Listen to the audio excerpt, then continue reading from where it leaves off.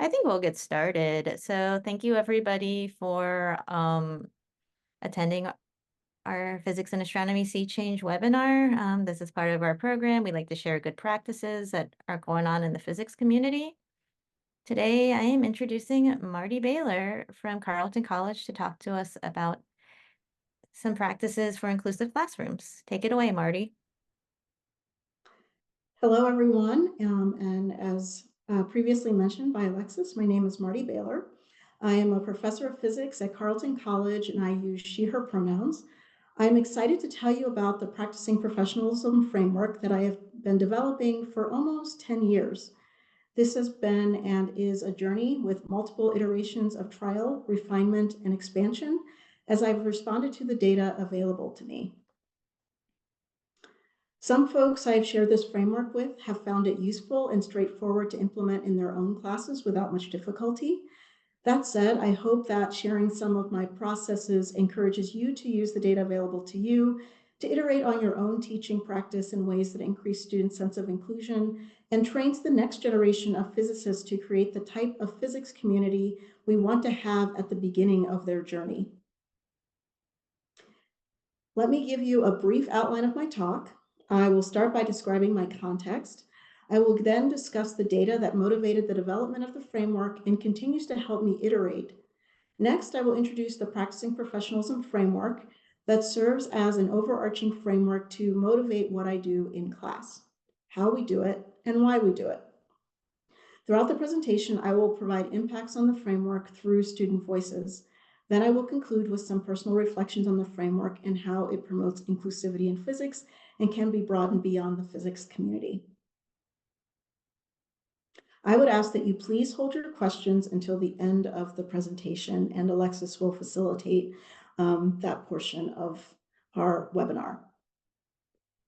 So let me tell you a little bit about Carleton. Carleton is a small liberal arts college in rural Minnesota. We have about 2,000 students overall and are on the trimester system.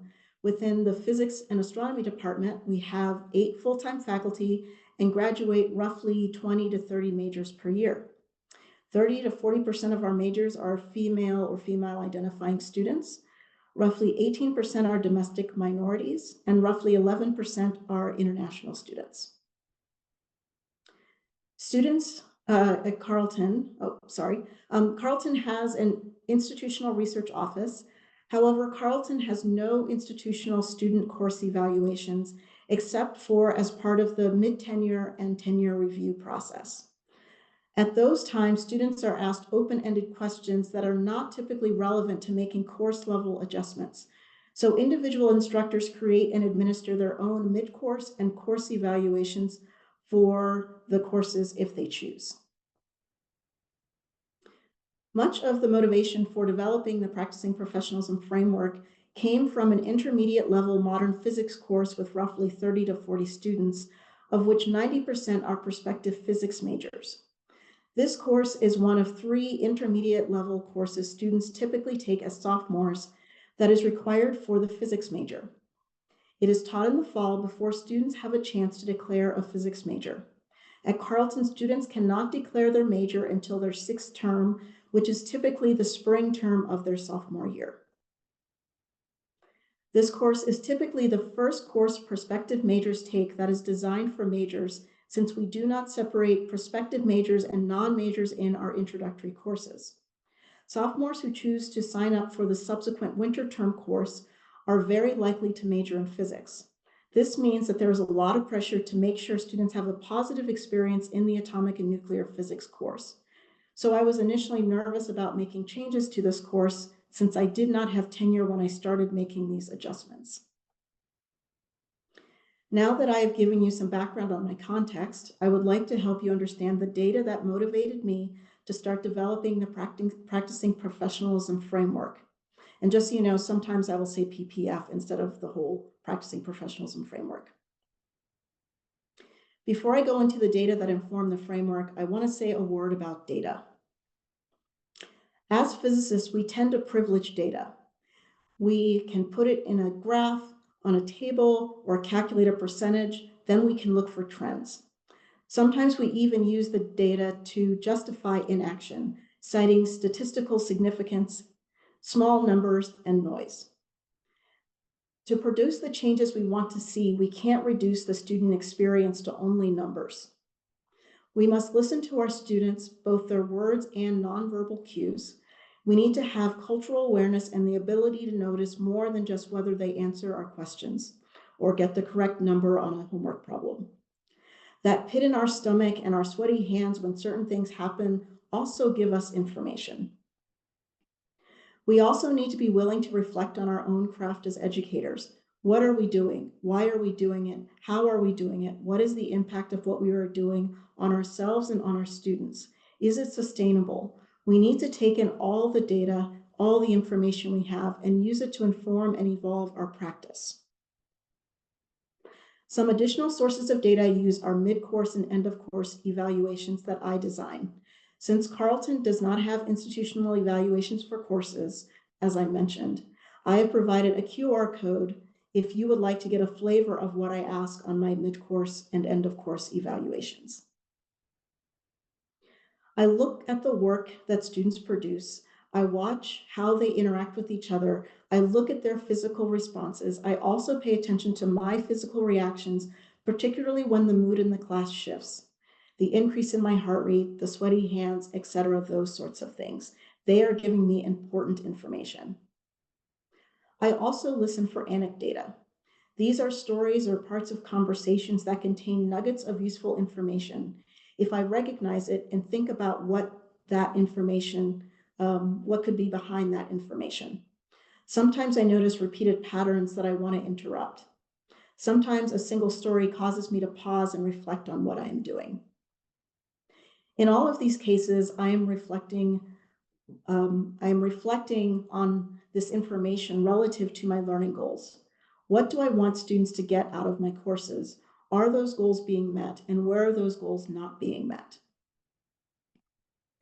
So now that I've talked a little bit about my relationship with data, I would like to tell you about some of the data that caused me to develop the framework and some of the interventions and activities I do in my classes. I want to start with the concern that I have heard from senior majors throughout my time at Carleton, particularly in the fall as they were thinking about what was next for them after graduation. This concern went something like this: but I only have a physics degree. I don't know how to do anything. This statement confused me because one of the challenges that I experience as a physicist when I'm interacting with non-physicists is that as soon as I mention that I am a physicist, it's like I turned green and grew 3 heads. I somehow became unapproachable because of my brilliance.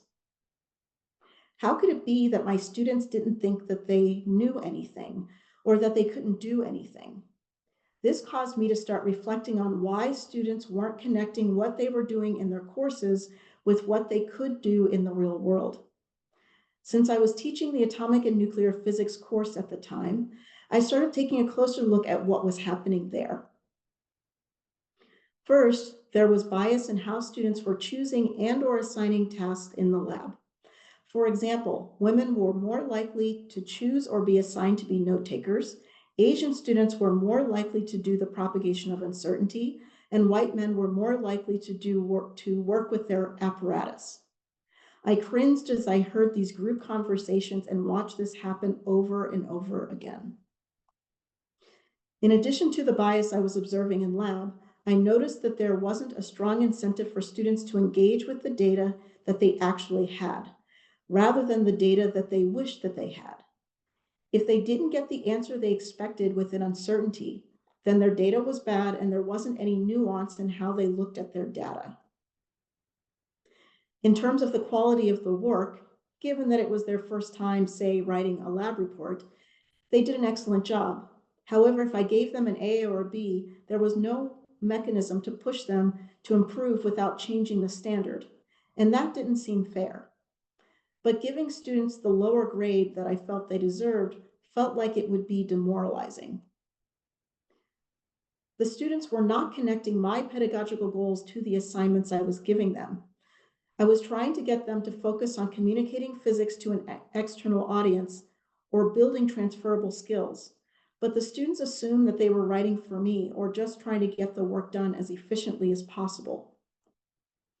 Finally, I struggled with diversity and inclusion assignments feeling like an add-on, and then dealing with the pushback I was receiving because of it.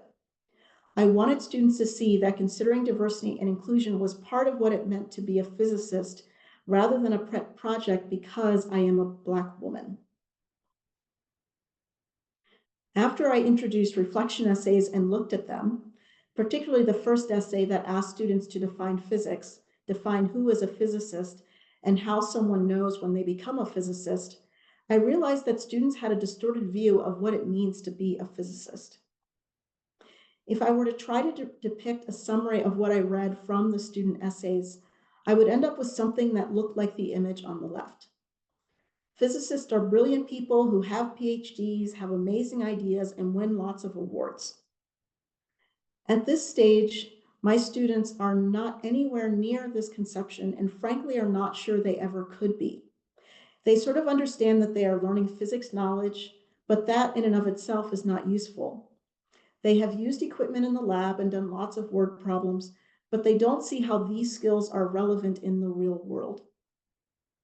And then, to be a true physicist, they think you have to have a singular focus on solving physics problems and that you likely do this alone, occasionally collaborating with others. This means that they would have to be comfortable working in isolation, which I sense is not appealing to many of them. So my students have basically written themselves out of the identity that they were striving for, and many of them are not sure that they want to contort themselves to fit their perception of a physicist. This student picture is in contrast to how I, as a professional physicist, view physicists. Now, before I get into my view as a professional physicist, I want to have a little heart-to-heart with the physics educators on this webinar, because I think we are partially to blame for students not having a clearer picture of what it means to be a physicist and do physics. If a physicist is a person who does physics and we teach physics in our classrooms, then based on what we teach in our physics classrooms, a physicist has knowledge and skills. We focus on teaching the content knowledge and teaching about experimentation, computation, scientific presentations, and the like. But is that really all there is to being a physicist? Is this all that physicists care about? I would argue not. To make this argument, I'm going to introduce you to one of the activities I introduce in my atomic and nuclear physics course on the first day. To learn about the myriad interests of folks in the physics community, I turn to the American Physical Society newsletter, or APS News, a newsletter by physicists for physicists from one of the largest international societies for physicists in the world. If you are a member of APS, you get this in the mail monthly. On the first day of class, I hand out copies of the APS News along with the syllabus and some other things. And I give students 5 minutes to find the title or topic of an article of interest to them that is not about physics theories or physics apparatus, such as telescopes or particle accelerators. As students introduce themselves with their name, pronoun, and heart home, I ask the students to share the title or topic of the article they found. As a class, we crowdsource examples of the diverse interests of the physics community, and students can observe that the physics community has broader interests than they assume. Moreover, by choosing an article of interest to them, they are starting to connect their interests with the interests of others in the physics community. I then tell students that we will engage more deeply in one of these topics in the course. So I hope I've convinced you that there is more to a physicist than just knowledge and skills. There's an additional column that as physics educators, we need to attend to more fully represent what it means to be a physicist and prepare students to be an educated and active participant in the physics community. Therefore, in contrast to the student view, I would represent physicists differently. Physicists are embedded in a community.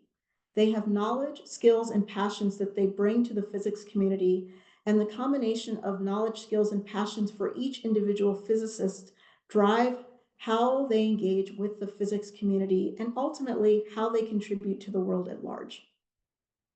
So I feel that my role as a physics educator is to transform the student view to be more aligned with my understanding of physicists and the physics community.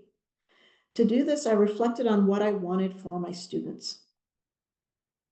I want all of my students to build their own physics identity by engaging in the work that physicists do, approaching their work the way a physicist would, and knowing that they can bring their own voice and interest to the work they do in physics. So I wanted to design a course structure that reinforces a broader view of a physicist. In essence, I wanted them to try out being a physicist, a real physicist, rather than a distorted perception of a physicist, so that they could determine whether a physics career fits with their interests and goals. In other words, could they see themselves being a physicist and part of the physics community? My solution was to design a course structure that reinforces a broader view of who a physicist is, what a physicist does, and what physicists care about than what my students initially believed. That structure is what I am calling the Practicing Professionalism framework. Now I would like to share the components of the Practicing Professionalism framework with you. The image on the right is my conception of the Practicing Professionalism framework. Overall, the framework emphasizes what physicists know, what physicists do, and what physicists care about. This framing impacts everything about the course, such as the names and framing of assignments. The framework impacts how I grade assignments, what homework I assign, and what structures I use to reinforce the skills I want students to build. The framework serves as an overlay to the entire course to accomplish three main goals. One goal is to align the work students are doing in the class with the types of activities that they will need to do in the real world. To do this well, I need to make those connections explicit and be clear about how I want them to approach their work in a way that is motivated authentically by the physics and/or STEM community. I do this so that students understand that the professional practices that I am trying to I do this so that students understand the professional practices that I am trying to develop rather than assuming that the work is because of my personal preferences. Another goal of the framework is to center students within the physics community. By that, I mean that when students are in my classroom, they are in the physics community, and I treat them as individuals with different levels of interest in becoming part of the physics community. Maybe they want to stay at the edge. Maybe they want to claim physics as part of their identity and delve deeply into the physics community. Either way, they don't have to earn their way in, they just are. I don't want my students to have a sense of gatekeeping or judgment of their abilities or how serious about physics they are. I don't want them to worry about any of these things. Therefore, my role as a representative of the physics community is to be an inviting coach and guide as my students go through the process of learning the knowledge, skills, habits of mind, and ways that physicists contribute to the larger physics community and the world. Last but not least, a major goal of PPF is helping students build a physics identity that is based on reality rather than stereotypes and assumptions. The framework allows me to address students' perceptions of the physics community. These perceptions serve as a filter that impacts how each student views the work of a physicist and their ability to see themselves within the physics community. Therefore, it is important to address this explicitly in a way that fits naturally within the broader framework. So how do I implement this framework? I would say there are four main aspects to implementing the Practicing Professionalism framework.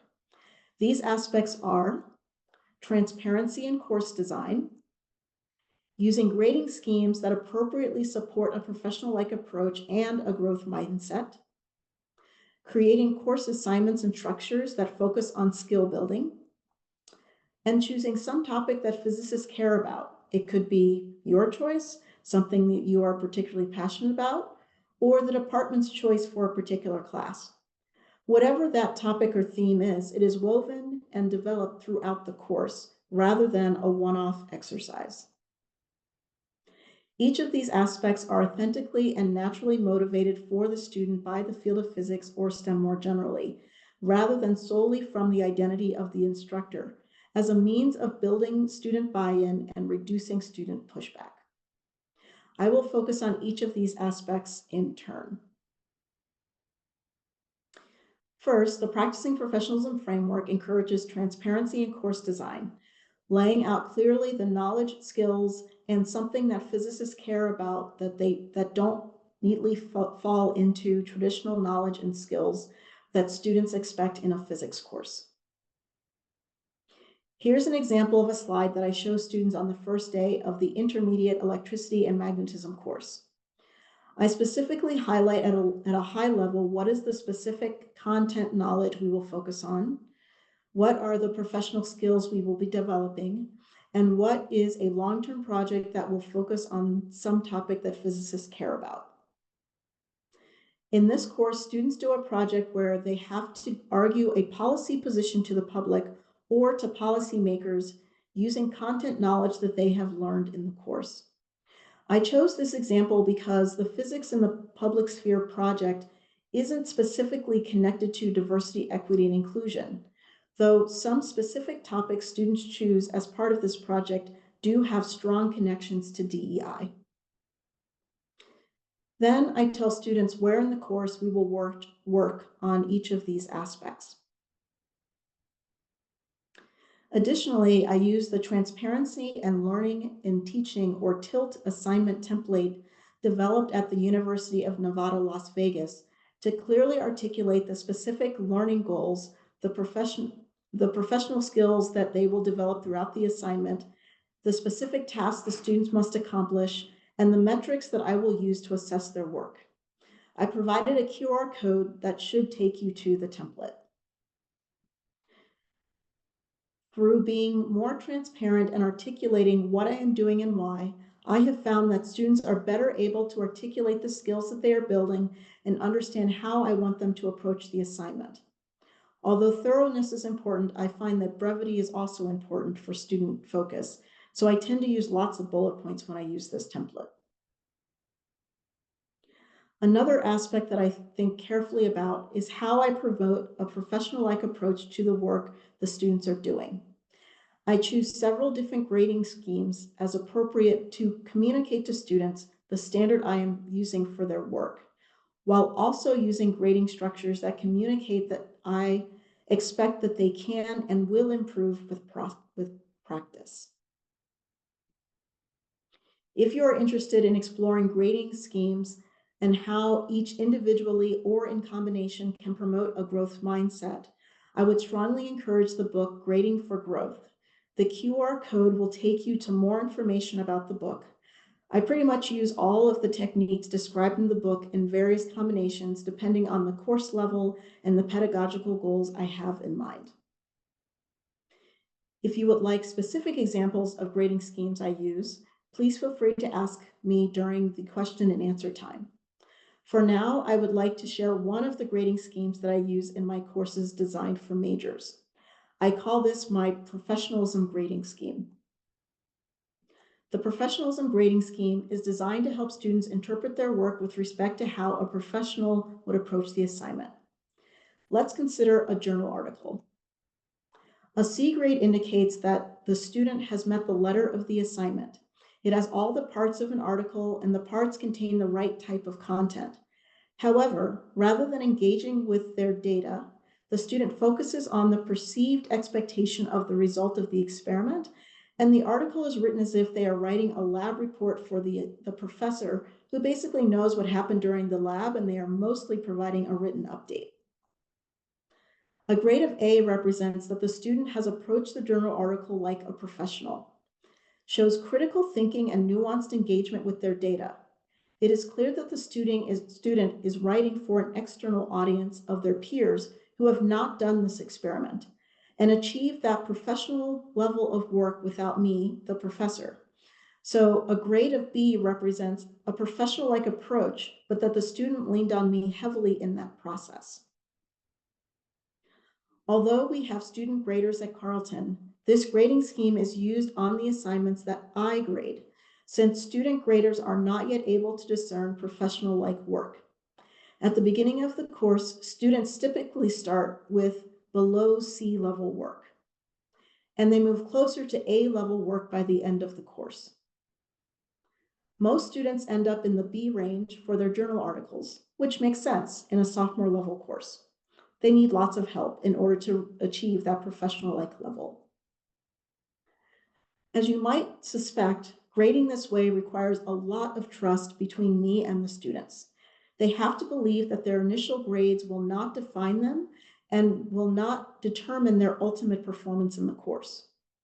Though students receive a grade on earlier journal articles, their earlier attempts do not count or count very little towards their overall course grade. Students receive the grades for their best attempt, not for their learning along the way. I have found that this approach clearly supports rigor and a growth mindset, but does it also support inclusion? I think so. First, this grading scheme seems to change how students view me. By seeking me out as a professional who can help them understand the standard they are reaching for, I become a coach who is trying to help them rather than an authority that is judging them. Additionally, because I make it clear that I don't expect students to initially understand the expectations and that they have multiple opportunities to practice and grow, a low score no longer represents failure. Their grade becomes an opportunity to get a sense of where they are compared to where they want to go. Thus, there is a strong emphasis on growth mindset that leads to better study and work habits and normalizes help-seeking behavior. Finally, as I coach my students, they come to understand that I value them enough to set high standards and I am vested in their success rather than trying to weed them out. In his book, Grading for Equity, Joe Feldman states, students need to know where they stand in relation to the standard, because if we don't tell them, someone or some institution is going to tell them later. We dignify our students when we tell them the truth. In my own words, if students think that we are giving them a grade just to be nice, it might give them short-term satisfaction, but that doesn't communicate that we believe that they are capable of more. In other words, if students know the standard and are able to reach that standard, it gives them a sense that they are capable and prepared to go into the real world, and that we are excited to support them doing that. Bringing together these ideas around inclusion, I will now share several excerpts from an email a student sent me at the end of Atomic and Nuclear Physics. I wanted to thank you for a challenging but incredibly rewarding term. I was pushed further in your class than I have ever been in any other, and though I initially felt as though I wouldn't be able to make it through, I have grown so much. I am planning on declaring physics as my major. As challenging as this term was, I really enjoyed myself in lab and feel much more self-assured in my physics abilities now. In the email, the student describes being challenged and not sure that she was good enough. This student spent a lot of time in my office and I got to know her very well. Because of the growth that was encouraged and that she saw, she realized that she belonged and that she could learn. Despite the challenge the course presented, she found the term rewarding and she had already decided that she wanted to declare a physics major, even though she couldn't declare her intention until the spring term. Frankly, I was surprised that changing to this grading scheme did not reduce retention, which I was afraid that it would do. I really didn't want students to think I was weeding them out. In fact, the retention stayed the same and maybe even increased, so I was grateful for that.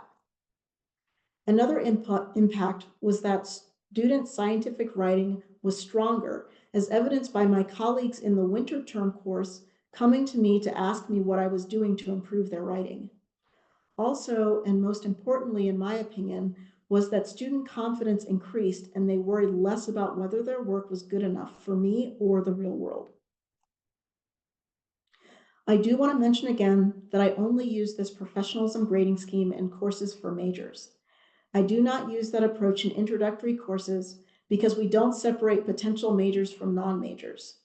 In those courses, I focus on giving students a sense of physics habits of mind and how physicists approach the world. So I have different grading structures and activities to reinforce those goals. Another aspect of the framework is focusing on the meta skills that I want my students to develop as they are doing each assignment. I want to make sure that the task I am asking the students to do and the structure around the task truly support the skill I am trying to develop. Because of time, I am just going to focus on the lab rules structure that I've implemented in the atomic and nuclear physics course. But you are welcome to ask me about assignment names and problems versus exercises in the question and answer period. As I mentioned earlier, I noticed students were assigning or choosing lab roles based on the idea of efficiency and completing the lab as quickly as possible, which led to bias in how they assigned or chose roles. Whereas I wanted the students to develop various lab skills and learn about collaboration and teamwork in the process. So almost 10 years ago, I got the idea of assigning students roles which were Analysis Meister, Apparatus Meister, and Notebook Meister. The students rotate to a different role each lab, and they have the opportunity to rotate through each role 3 times over the course of the term. The students wear colored name tags so the lab assistants and I can quickly see who has what role and intervene, if necessary, if students are infringing on another student's role. Also, because students write individual journal articles, they had to communicate with their partners to transfer knowledge. This transfer of knowledge was particularly reinforced during the pandemic when only the apparatus meister was in the lab and the rest of the students in their group were remote over Zoom. So what has been the impact of assigning roles on student skill development? Here are a few comments from students in anonymous course evals. I was always afraid to touch the equipment, but having the role of apparatus meister forced me to do it and I liked it. I liked that I was forced to do different things. Otherwise, I would have just volunteered to do the easiest job. The lab roles gave me a way to assert myself if someone was trying to take over my role. In our upper level experimental physics class, student roles are much more organic. The point is that during the 200 level courses, students specifically work on developing certain lab skills so that they gain that knowledge and experience.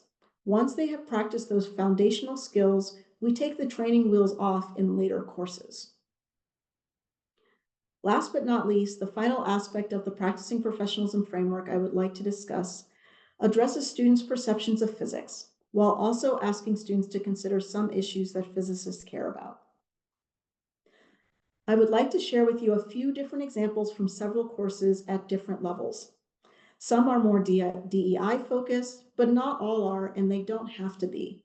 I really think this is a space where any physicist can bring themselves and their interests, providing a way for any faculty member to engage in the framework in a way that is comfortable for them. I will start with the atomic and nuclear physics course. I've indicated in red some of the other components of the framework that I mentioned previously. Now I would like to focus on the reflection essay assignment in the blue box. For this assignment, students grapple with data and other information from various sources like AIP, the Step Up program, news articles, and book chapters. Students explore questions such as, what makes someone a physicist, and what makes physics classes more or less welcoming? They learn about the Nobel Prize and reflect on the disparities and how it is awarded and recommend whether the process should be fixed in some way or eliminated. They engage with Carleton alumni about the varied ways that collaboration shows up in their jobs in graduate school. Students learn from people in the real world about the opportunities and challenges of collaboration, and then consider how this knowledge impacts how they as students will practice collaboration skills when working with their classmates. Overall, I saw a significant impact in how students thought about their connection to the physics community at the end of the reflection essay assignment. Here are a few quotes. Writing the reflection essays made me think seriously about social inequality in the physics field. It has helped me conceptualize my own achievements, skills, and weaknesses, which I am grateful for. In essay 1, I wrote that good physicists should be thinking about how physics and technology in general relates to sustainability. I now think there are many other things good physicists, or the kind of people that I seek to be, should be thinking about. Inequality in the field being one of them. It seems to me that physics as an enterprise can't be disconnected from social, practical, and environmental considerations, and so should be treated as such. In quote 2, the student comments, because of these reflection essays, I have gained a broader picture of what it means to be a physicist. The physics community is not nearly as isolated from the real world as I originally thought, and it is not solely concerned with research and advancing the field. I know that representation in the field is far from perfect, but I take heart in the fact that these conversations are happening and that many of us are aware of the field, of how the field could be improved. These are just two of multiple responses where students describe how the reflection essays as a whole impacted, changed, and specifically broadened student sense of physicists and the physics community. I have provided a QR code to a great paper that includes a link in the references to all of the reflection essay materials. I am happy to talk more in the question and answer period about the structure of the essays, how I managed reading and responding to students, etc. But I would like to go through two more examples of different long-term explorations of what physicists care about in upper level and intermediate courses. In my classical and quantum optics course, which is an upper level elective, students do a photonics project where they must communicate some aspect of an applied physics topic to their peers and a non-peer audience such as the police department, K-12 students, medical professionals, or adult community members. Students work with me to develop appropriate learning objectives.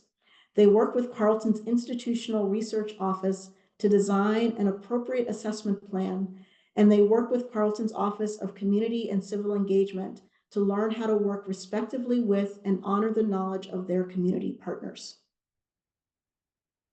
I want to mention one more thing with this course.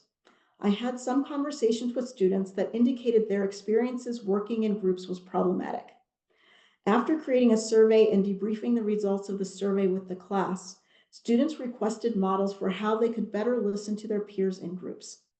This is an example of how I listened to students, gathered more specific data, and then added support to address the needs. Okay, now for the last course. In an introductory mechanics course that includes a mixed audience, I chose to have students focus a bit more on the resources that they were using in the course. Every few weeks in the pre-class prep materials, I would ask students what they noticed about the representation of identity in the textbook they were using. I then gave them access to some other textbooks around the department and asked what they noticed about representation in those textbooks. Through most of the course, every few weeks, the students were writing a sentence or two as part of their online pre-class questions. As we were finishing up the course, I initiated a class discussion. I showed them a table from a physics teacher article that looked at representation in physics problems in textbooks over time. Then we had a class discussion about why textbook authors would care about representing identity. Eventually, the discussion shifted to talking about cultural appropriation in creating physics problems and ways to avoid it. It was a great 15-minute discussion. The students were very lively and made connections to so many things I hadn't even thought of. It was a great experience for both me and the students. I hope that I have given you a flavor of a very few of the different ways that someone could bring the issues that they care about into the classroom. I have spent the majority of my talk motivating and unpacking the practicing professionalism framework that I have been developing.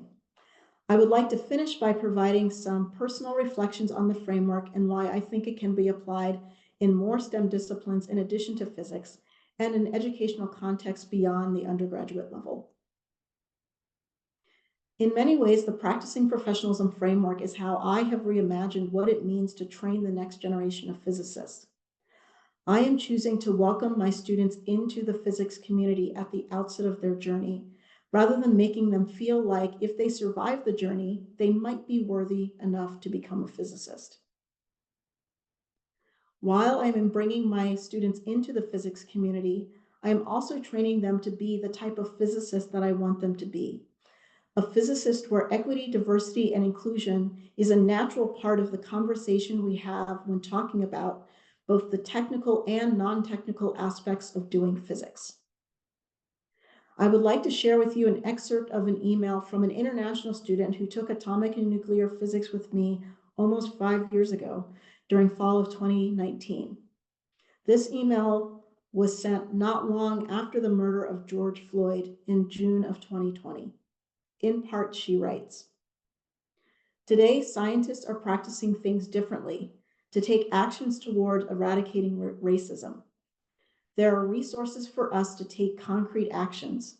One of them is having a discussion about racism and inequality, and I really appreciate that you put assignments about systemic inequality into the course, even though there were many materials to be covered." When I started the reflection essay assignment, I had no idea what was going to happen in the world. But taking the time to build these other skills gave this student the support she needed to engage with these difficult issues happening in the world. She was better able to have these conversations in a STEM context. Continuing with my reflection, for me, helping students build a more accurate idea of what it means to be a physicist and do physics is important because they are using their ideas about physics and the physics community to decide whether they identify as a physicist and can see themselves as part of that community. If they have a distorted perspective, they may not make that evaluation in a way that is fair to both them and the physics community.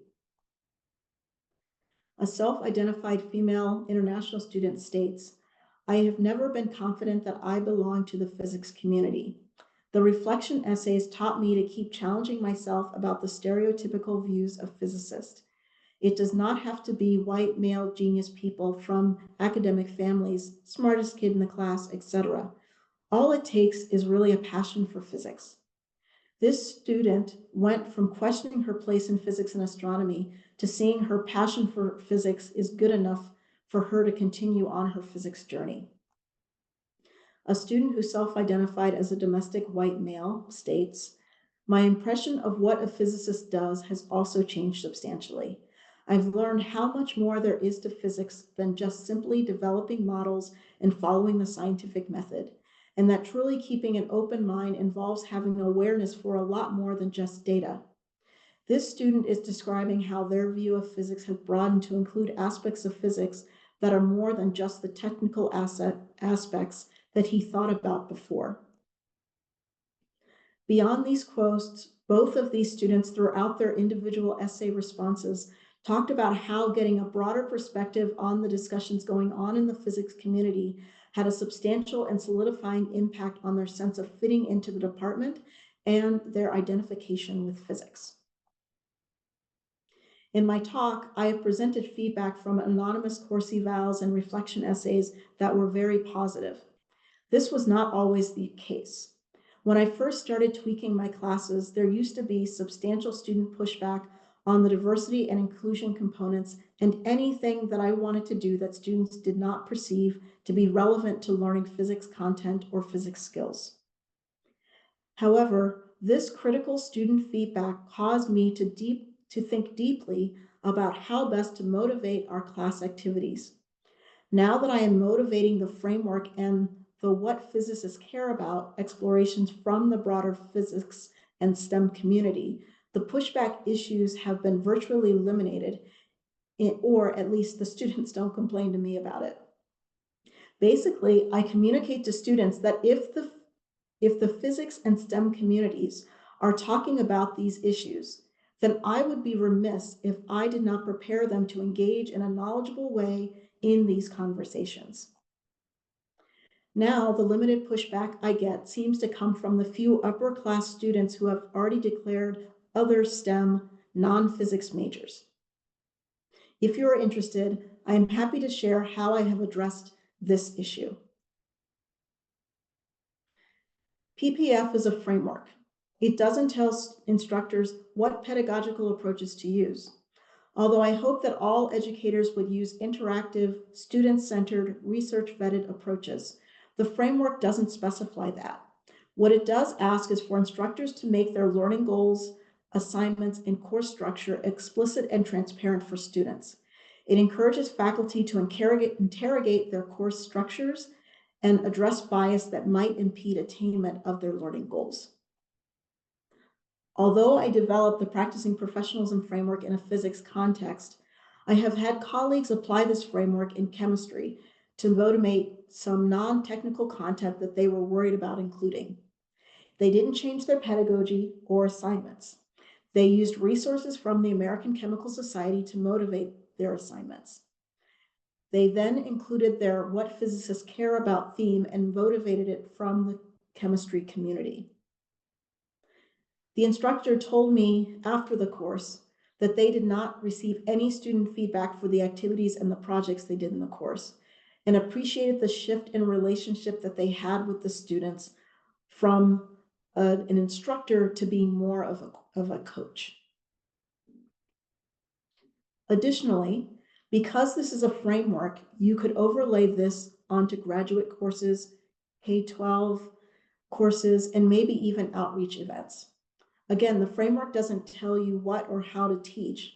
It asks you to be clear, transparent, and represent the scientific community in the fullest respect, and not just in a narrow way. As you can tell, I am passionate about this framework, and I invite you to use it. I love having conversations to help people imagine using it in their classes. But I realize that I am doing what works for me in my context. And I challenge you to use the data around you to find your own framework that clarifies for students how the work that they are doing in their classes will prepare them for a fulfilling career in physics, if that's what they want, or is transferable to whatever they want to do in life.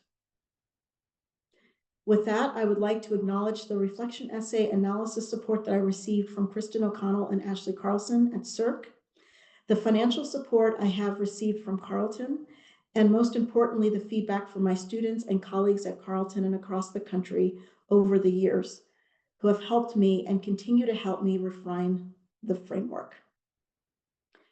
Thank you for your time, and I would be happy to take any questions. Marty, thank you so much for this. This was really awesome. We do have one question so far. For other folks, please use the Q&A and I'll read it aloud.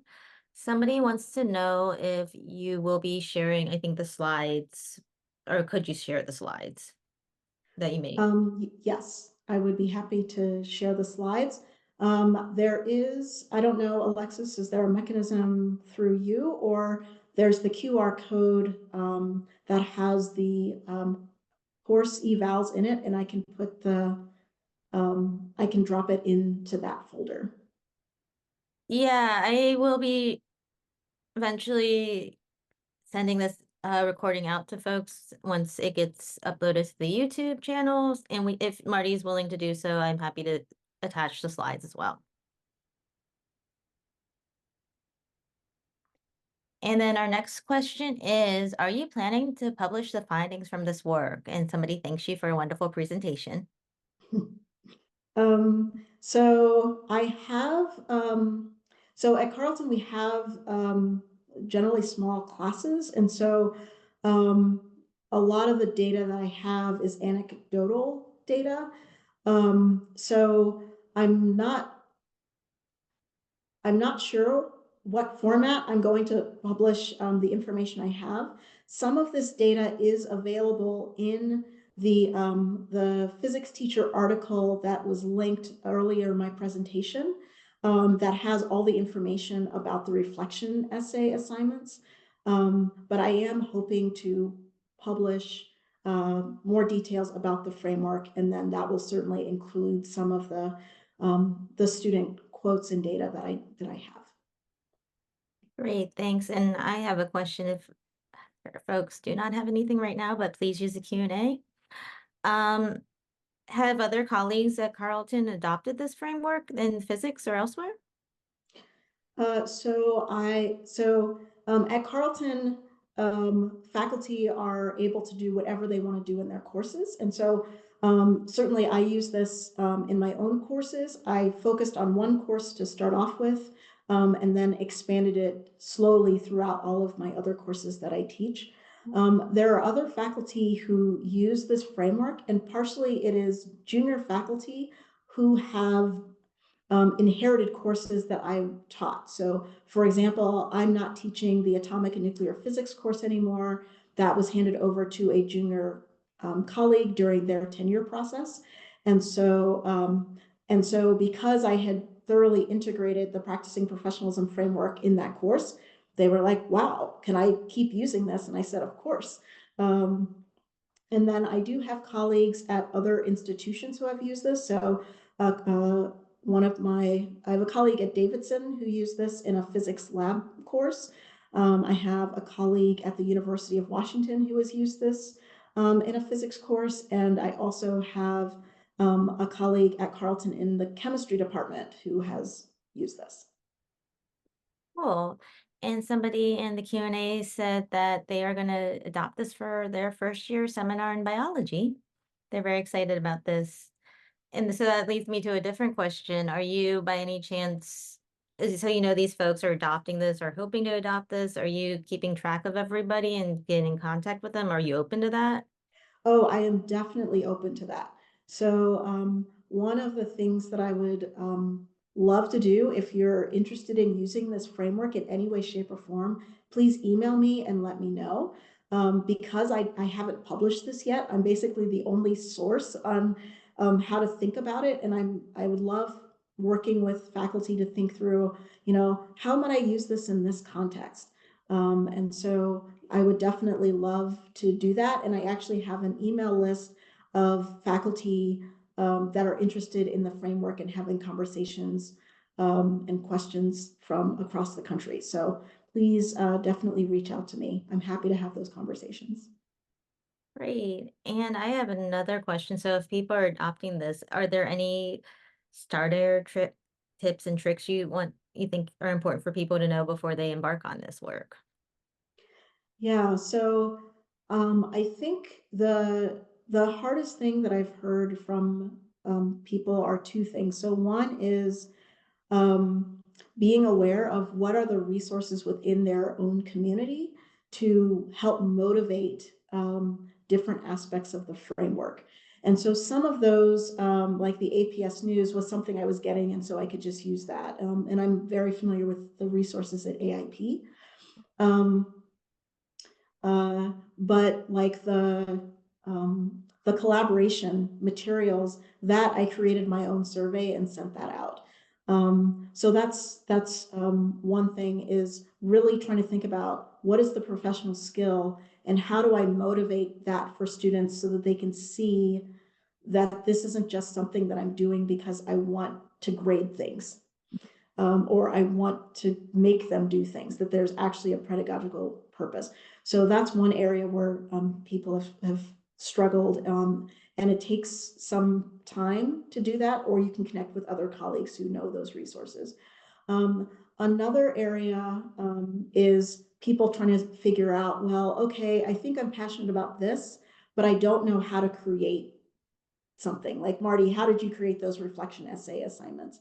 And for that, that's where I like to have conversations with people to give them ideas about how they can bring that into their classes. Because in particular, some of these topics are sensitive. And as a physicist, I'm not trained in psychology. I'm not trained in how to have difficult conversations in a curricular context that could be fraught. And so I've developed structures that allowed me to have those conversations in a way that I feel I'm comfortable and competent in navigating those. And so, really trying to get a sense of what is my comfort level and being appropriately sensitive to what I can and cannot do, so that I don't cause harm or put myself in a really awkward situation. That said, I have been in awkward situations and have said the wrong thing, and that has led me to grow in other ways. And so I don't want to let fear of making a mistake be the enemy of trying anything at all. And I think that's a great place to end, because I think that there's with this work, it's always important for we're in an ecosystem. There's the students we need to care for, but also ourselves, and making sure that we do the right things for all parties. In being accountable, we all are going to mess up one day or another, sometimes multiple times during the day, and just making sure we're doing better each step of the way. Anyway, thank you so much, Marty, and thank you for the audience and the folks watching afterwards. And I'm going to stop the recording, but I'll stay on a little longer.